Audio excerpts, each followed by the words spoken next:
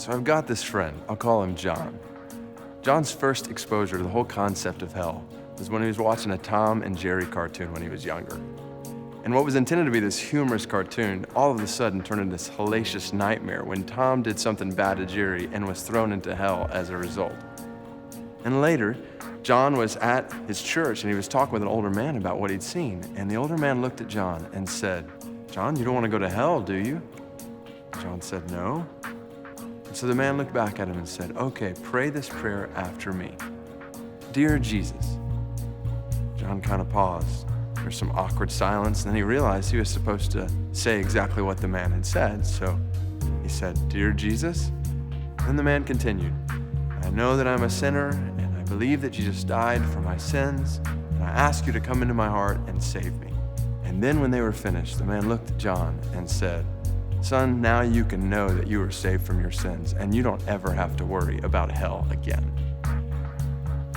Is that true?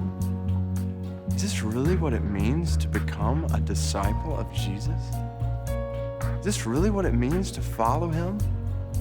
You look back at the first disciples in the Bible, and when Jesus came up to them and said, "Follow me," that was not an invitation to pray a prayer. That was a summons for these men to lose their lives. But somewhere along the way, 2,000 years later, amid varying cultural tides and popular church trends, we have virtually missed that call. With good intentions, with sincere desires to reach as many people as possible for Jesus, we've taken challenging words from Christ and turned them into trite phrases in the church.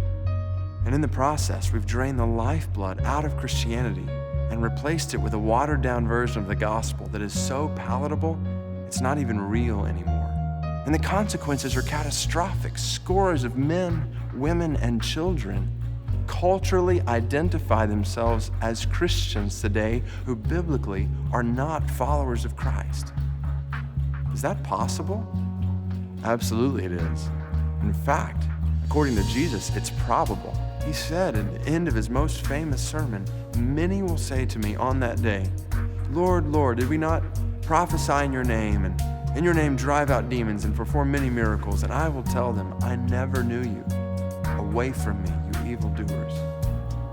Those are some of the most frightening words in all of the Bible. As a pastor, I stay awake some nights, haunted by the thought that many people who are sitting in church on Sunday will be shocked to stand before Jesus one day and hear him say to them, "I never knew you.